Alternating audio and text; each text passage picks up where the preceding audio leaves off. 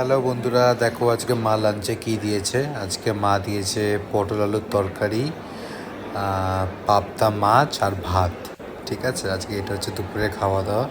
পটল আলু তরকারিটা যেমন নর্মাল মা করে, সবজি করেছিল।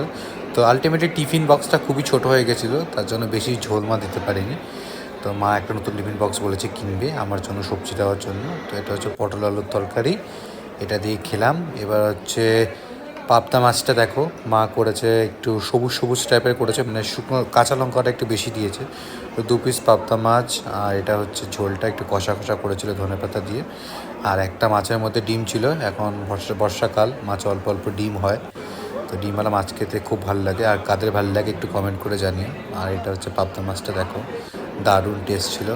এ দেখো লাস্টে মাছটা দেখাচ্ছি, একটা মাছ পরে খেয়েছি আমি। তো এরকম আমার মতন যারা লাস্টে মাছ খায় আলাদা করে রেখে, তারা আমাকে অবশ্যই কমেন্ট করে জানিও।